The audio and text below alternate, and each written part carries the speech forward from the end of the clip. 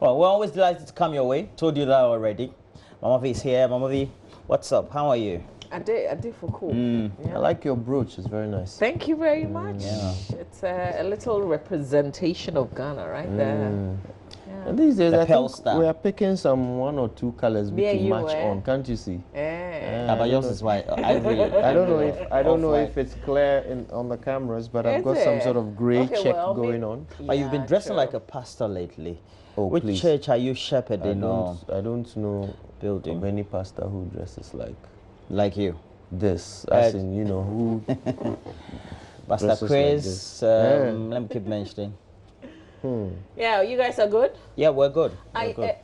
It's been drizzling or something. I mean, the rains think haven't I entirely think stopped. This part of town or your place? Yeah, this part of town, Yeah, not my end. Because at home I didn't feel I it. realized it was drizzling, yeah. What kind of season is this? I don't It's know. the Like, where climate are change we? season. It's the Yeah. constant Things have car changed. washing season. You wash, Yeah. then it gets dirty. Yeah, I know. Oh. But it's nice to see you both. Yeah. Shall we delve? Oh, by the way, I just wanted to say something very quickly. Can we please, if it's possible, can we please get that clip of the police officer who was giving a press statement in the news bulletin that we just did from Kumasi about the gentleman who died while under arrest. And the police officer was insisting that he was not in their custody. Can we please get that clip? I think You it's mean in the important. story, the Moshi Zongo story? We can Yes. do the headlines while Fred Yes, gets we'll it do the together for headlines us. while Fred gets that, because there's a very important thing we need to make clear to everybody from that clip. Please, let's get it, okay? You mean Thank you. so misinformation he created? Yes. Let's very quickly go through the headlines, so many of them today. I'll start with the Ghanaian Times and the Finder. Banner headline on the Ghanaian Times front page. Review of power purchase agreement. Government saves $7 billion. That's according to the president. Arrest, prosecute Galamsey chiefs. Awulai Chuejan II. I hope I've said that name right. He's saying this to government. Also, flush out political vigilantism from the country. That's the NCCE's call following the recent disturbances by the Delta forces in Kumasi. And 6 Galamseyers escape from police custody. Also on the back page of the Ghanaian Times, Accra Psychiatric Hospital now home for vagrants. Oh God, as if their lack of funding is not a problem enough. Now vagrants are making their home there. Clearly insufficient security can be the cause of that. Ghana needs 50,000 critical care nurses. No kidding. That's also on the back page. In the Finder, you'll find details of this story, which is the banner headline. Road carnage, 1,710 die in 9 months. This is 12.2% higher than the figures in 2017. The Finder has been keeping track of this over the years, and it just isn't appearing to get any better. Investment in government priority areas welcome. That's the president making that call when he went over to London for the Financial Times Africa Economic Summit. Disband all political vigilante groups, NCCE.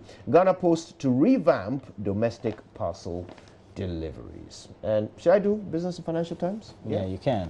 Okay, let's be calm. Local banks becoming stronger. That's what an analyst says. Lending rates can't drop just like that, Dr. Ituahene says.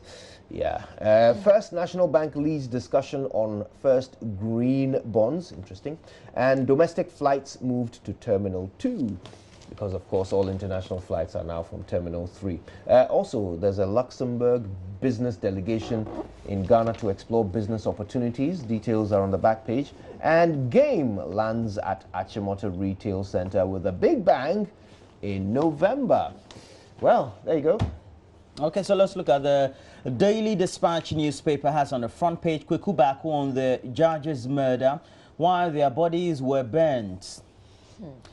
Kandapa in Tamale on lingering tensions in Bole and Damango. And Baku reveals more missing links in judge's murder. The continuation, so you have the back page stories there. Okay. We have the Daily Guide newspaper. Has on the front page, 4 Lebanese bastard with dollars. And it's been a viral video around, not only on Facebook, but also on WhatsApp and the relevant social media platforms. The money was, hidden in some tires, being transported. Fixing the tires under the car. So could be done. We're fixing NDC mess. Nana, Men's Go scraps dividends, and UMB flies staff to Canada. But the main story on the front page of the Daily Guide newspaper, Baumia fires Mahama. We are ready for you.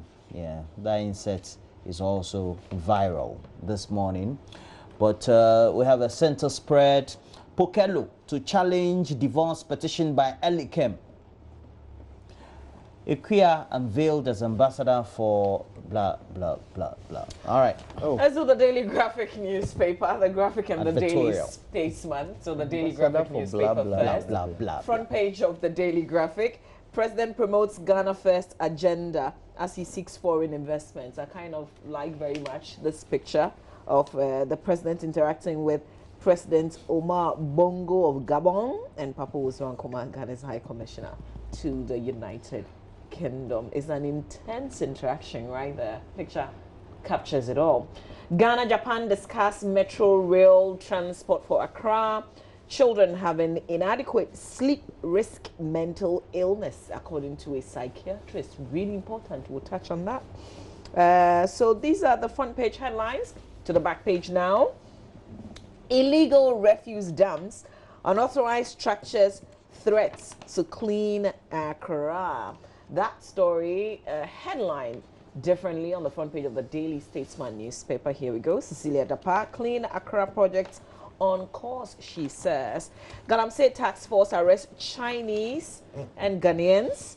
Ghana soon back on track after NDC mess. President tells Financial Times summits. All right, that's it for what's on the front page of the Daily Statesman newspaper. Time for us to dig in. Let's do a bit of details, I'm sure. You guys ready? Yeah. Because I want to do this. Children having inadequate sleep risk mental illness. That story is on page 16 in the Daily Graphic newspaper. So here we go.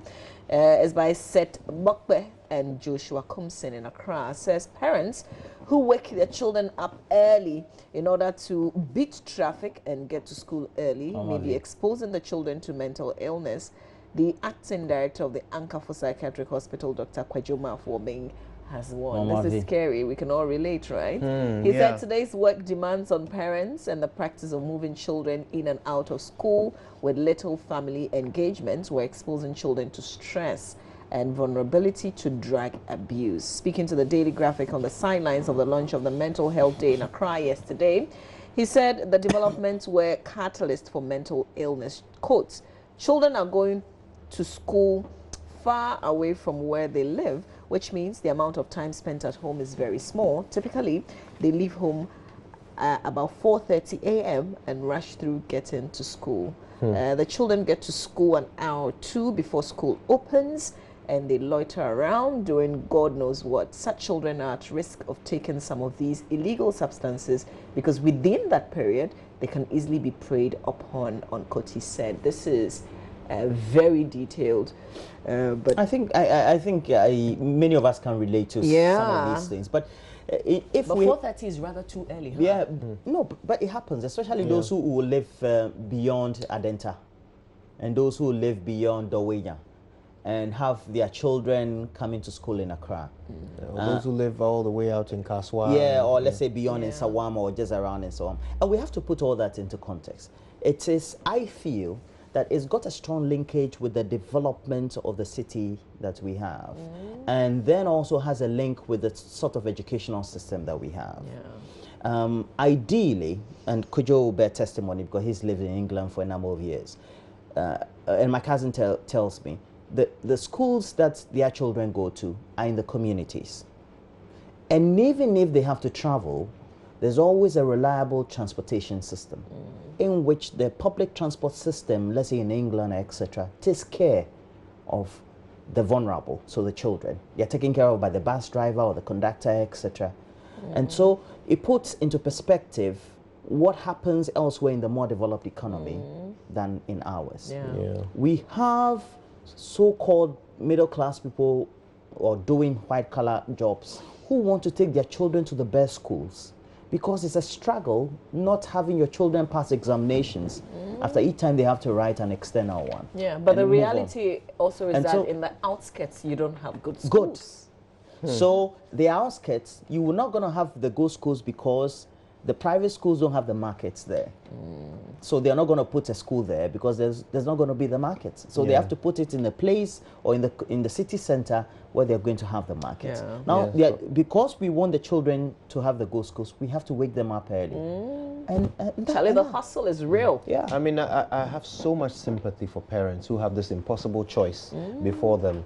You know, you have to work, and your child must You go want the to best, school. yeah. But in order to get both things done in the morning, it means waking up at an impossible hour because traffic in this city is crazy. Yeah.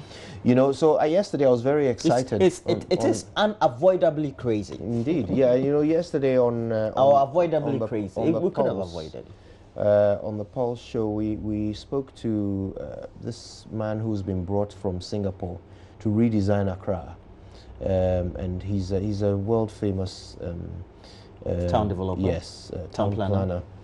and so the idea is to develop not just Accra but the surrounding cities as well, so that commuting becomes easy. There's railway and so forth, so that wherever you live, however far away, within 20 minutes, 30 minutes, you're in town. You don't have to suffer traffic, and if the public transport Is that safe, something that is possible?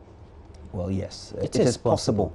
But I'm just doubting whether Is that we will something do that we're it. committed to doing? Yeah, that's the question which I don't know the answer to. We don't have any evidence that as a country we are committed to doing You know, that. we know yeah. school children have to change clothes in the car. They have to eat terrible. breakfast. No, but seriously, we need to take a serious look. And it's not the first time that there used to be this man. Is it Frank Taki or something? He's a town Yes, planner. yes, he was on the show. I spoke to him yesterday. Okay, so elsewhere, I think even in Nigeria, they built Abuja. Some other countries, Angola, Egypt is building a new city so that they want to decongest Cairo. They're pumping billions. Rwanda. They're pumping billions in it. Are we committed to it? No, we're not committed to it.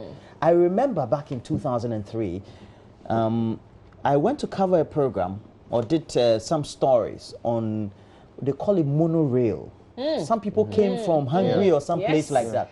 Yeah, I and then I remember. asked them, how are you going to build? They said, oh, they don't have to break any buildings in Accra. Yeah, they All can they build it needed to to run put in through. the pylons or whatever, and then they The just... rail will run across it. Yeah. So, like the way sometimes you're watching the movies, there's Yeah, Yeah. yeah. and I had never seen it before, and they showed as a prototype of Osu and to circle. They're going to have the real... Oh, they never saw the light of day. I'm sure they never See, paid anything. This is the They never the decided to problem. pay anything. So So yesterday, one of the people I spoke to on this issue was the mayor of Accra, and I asked him, you brought a town planner from Singapore. How many town planners do you employ at your outfit, outfit? AMA. And he said, oh, we have all kinds of plans. We have a whole team, a unit. And I said, okay. So you have all these people there. Are they new recruits or have they been there all this time? He said, oh, they've been there all this time. And I said, really? Yet as we speak, someone is building on a waterway. Someone is building illegally in this city. People are building haphazardly. And you have to bring a white man from somewhere to come and tell us how to redevelop our city?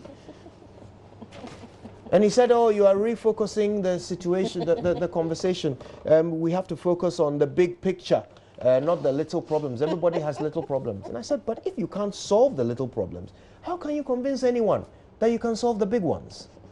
That you can rebuild the city when you can't stop people from building on waterways, when you can't stop the city from flooding when it rains for 1 hour. I don't know. I'm told that even in England, if you want to change your own windows, you don't like them, you have to go tell the city people. Of course, because everything follows rules and Yeah. regulations. You can't change your own. First of all, if you want to build, forget it. It's not even an option. You have to wait for a developer to build and then you go and buy the property. If you are lucky enough to Then you're get some extremely land in the rich. countryside and If you you're want to build, extremely rich, then you are super rich. Other than that, you have to buy what exists, what has been built to regulations, to specifications, inspected by government, and assured of quality. so that you don't get flooded when it rains. But anyway, look, so this is about children back with this exactly, and possibly getting mental illness from waking up too early. But there's also the other risk of children getting involved in other vices because they have a lot of time on their hands doing basically nothing when they get to school very early. But Mama, the waking up early thing is what I wanted to touch on last, because there are some very serious health risks to not getting enough sleep. And it's weird that when you are older, you can actually live with less sleep than when you are younger. So older people can sleep 3-4 hours a night and still wake up and be fine and not have any adverse effects. But the younger you are, the more effects it has on your body. First of all, you would have noticed how many young people are getting strokes these days. It's because of lack of sleep. Okay, a lot of those people are the parents of these little kids. And the younger you get, the more the effect is on your body. So you can well imagine how even your neurological functions might get affected by lack of sleep. So that if you are younger, it could end up causing you all kinds of illnesses, including depression, stress, and so forth. So it's a real problem. Let your child get enough sleep. If they have to wake up early and you have no way around it, fair enough. But let them sleep early. Let them do their homework quickly, go to bed early, so they get a full 10 hours sleep at least. Wake up refreshed, and then they can sit in the car and sing songs with you all the way from Ouija to... But this story, I'm sure, would get a lot of parents, thinking again. It's something that we if all they will worry. read. Oh, but, just the fact that the thing is that we know, but this will just get us reflecting again. Yeah. Yeah. All right, we do some other story in another paper? We wanted to... You want to talk about the presidents? No, the rail transport. I think it's a good thing. Wait, which story is that? Ghana, Japan discussed the metro rail, and this one will be like city rail. I've heard this. Yes, is this true. going We've to heard get us it, somewhere? but maybe one day, maybe this one will make it possible. But I can tell you guys something that is evidence that this idea of rebuilding the city, government is not serious about it. Because you see, if you want to rebuild a city, you have to plan it all from scratch. You have to basically stop the madness now. Okay, well, but that's why the Singapore man is here. I'm developing no, but a point. is this connected to that? Is yes. the metro rail transport connected to the... It's supposed to be in Accra, right? Yes. It's part of the evidence I'm trying to demonstrate to you. You have to stop the madness first, because if you are going to rebuild Accra, it means you have to superimpose order over chaos. Okay. So first you have to stop the madness. You can't keep developing. You can't keep building little things here, little things there, building a cathedral here, building a metro rail there, when you have also asked somebody to make a grand plan. What has the cathedral got to do? No, it is a big landmark building which they have chosen some land in the middle of the city and said build it there. Whether this would fit properly into a grand scheme which they claim that they are exploring, if that building will fit properly into it or not, nobody is considering that. They say just build it. But if you really want to rebuild this city properly, you have to stop. Stop now and let somebody come and tell you where your cathedral should be.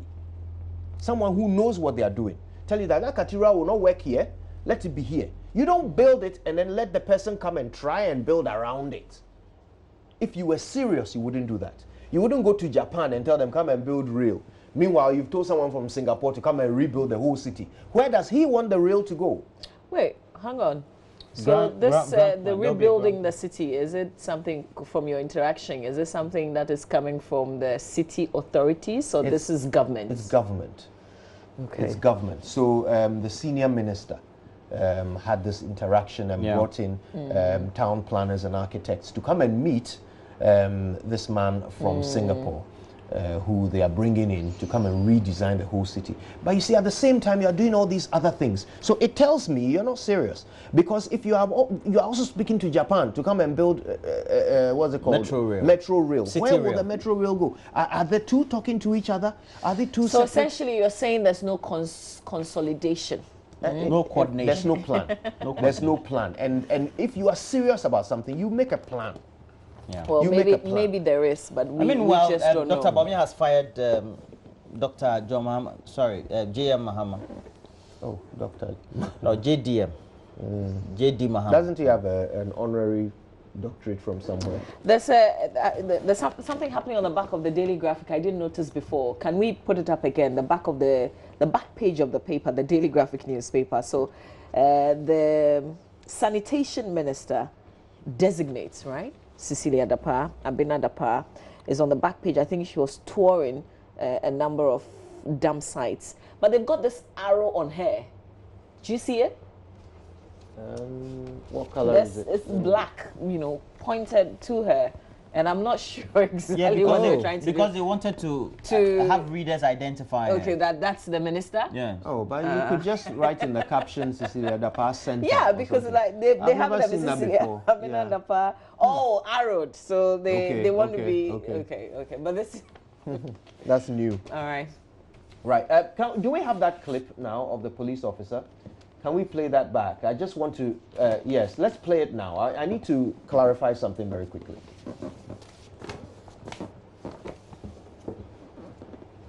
Deceased was arrested together with 4 other suspects for the offense of possessing narcotic drugs. And they were put before court and were duly remanded into police custody to reappear today.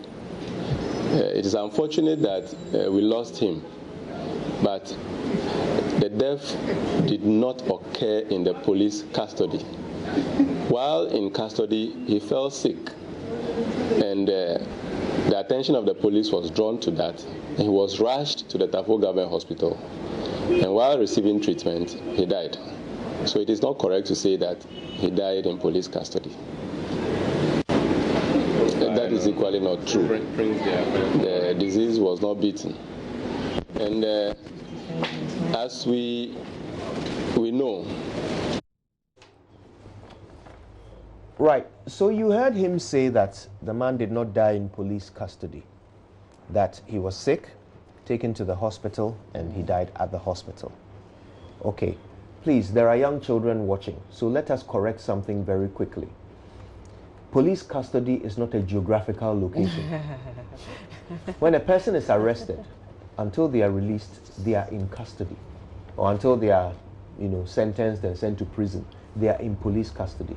If you are sick and the police take you from the cell to the hospital, while you are at the hospital, you are still in police custody. Custody is not a geographic location.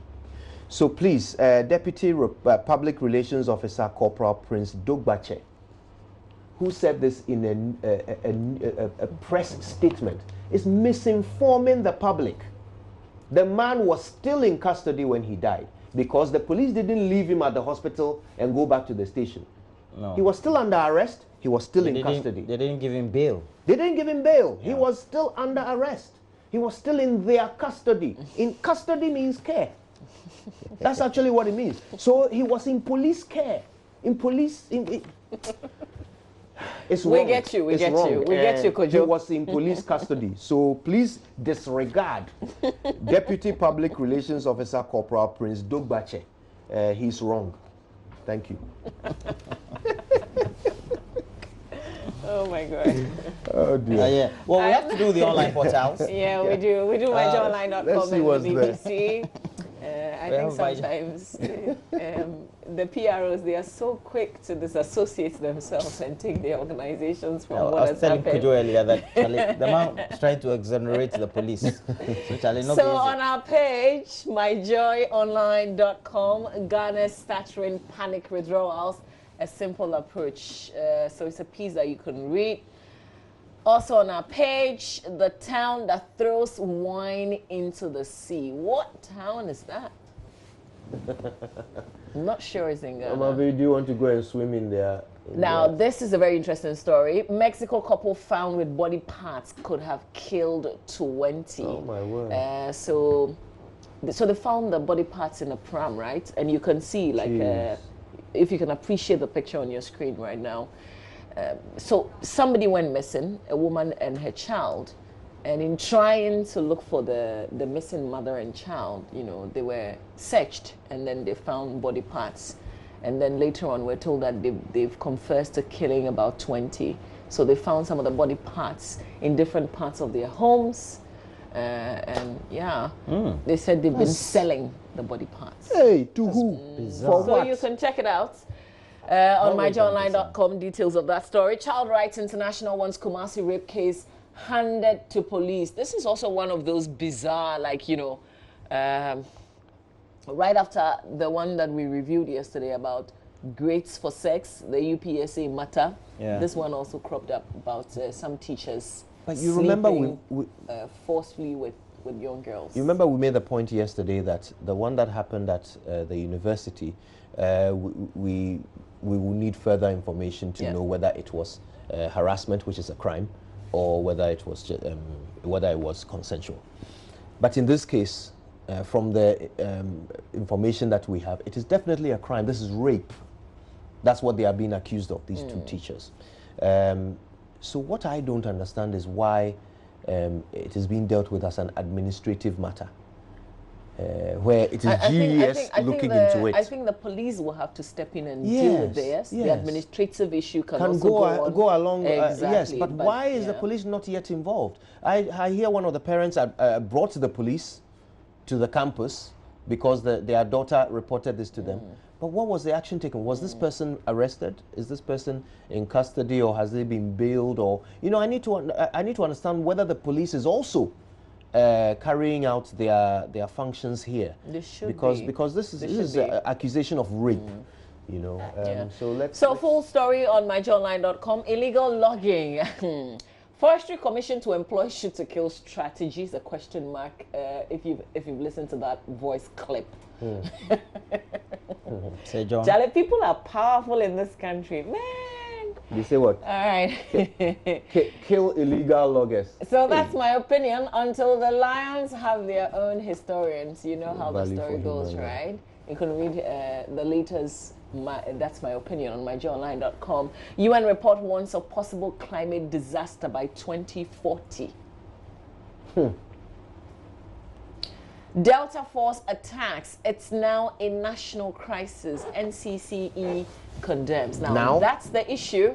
Condemnation is the issue. We need to get, like, we have a police service, not a force. We've got security service. Take action. Enough of the condemnation now. How long have we been condemning? How can we say it is now a national crisis?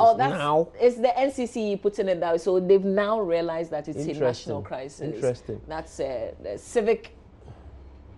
National Commission on Civic Education. You've now realized that it's a national, now it is for them. It's always been a disaster. 145,000 cleared for government jobs. So at least, according to Kojo Nkrumah, 145,000 new employees are expected to be added to the public payroll. I think that's commendable. We as have a government defense of job creation. For making such initiatives available to create enough jobs. Yeah, well, let's see some evidence of these jobs. We've got a minute or so. We can do BBC. Otherwise, Fred said we don't have time, right? Is that what he said? let's talk a little bit about these vigilante groups. First of all, the word vigilante doesn't apply. A vigilante is someone who takes the law into their own hands, seeking to enforce a law instead of law enforcement. Okay, so if somebody tries to stop people from robbing, picking pockets, or someone takes a case to court, which really the government, the state should have taken to court, and they seek to do that, you can call such a person a vigilante. But these people that we are seeing, the Delta Forces, Invisible Forces, they are thugs.